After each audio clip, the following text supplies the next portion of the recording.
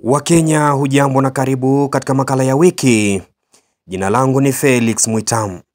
Katika makala yetu hii leo tunaangazia mwanamke bomba Agnes Kagure, mama mkarimu, mama mwenye bidii na zaidi ya yote mcha Mungu.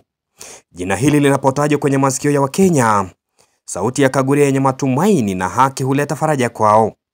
Kwa zaidi ya miaka 20, Mheshimiwa Agnes Kagure amekuwa msaada mkubwa kwa wale wanaohitaji msaada wake.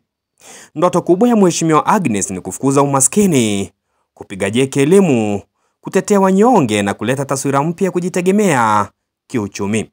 Mheshimiwa Kagure ni mpambanaji, aliwahi pigania nafasi ya mwanamke na uongozi jijini. Fauka ya kukosa nafasi hiyo alisidisha wema wake wa kutoa maradufu. Hapa ni katika soko la wanabiashara wa jua kali la Kamkunji jijini Nairobi.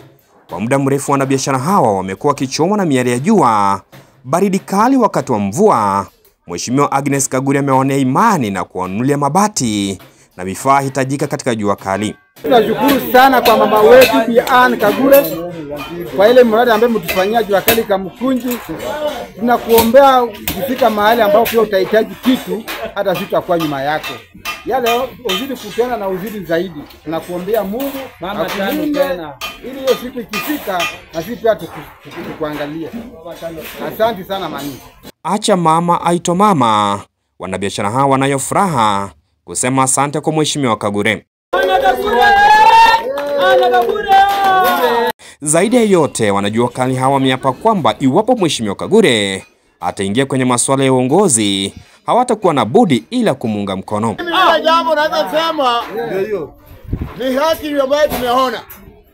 Kama muda hajakuwa kiongozi na amesafanya majambo makuu, wakati atakuwa kiongozi inaonyesha ya kwamba atafanya mengi na ni ukweli ambaye imeonekana.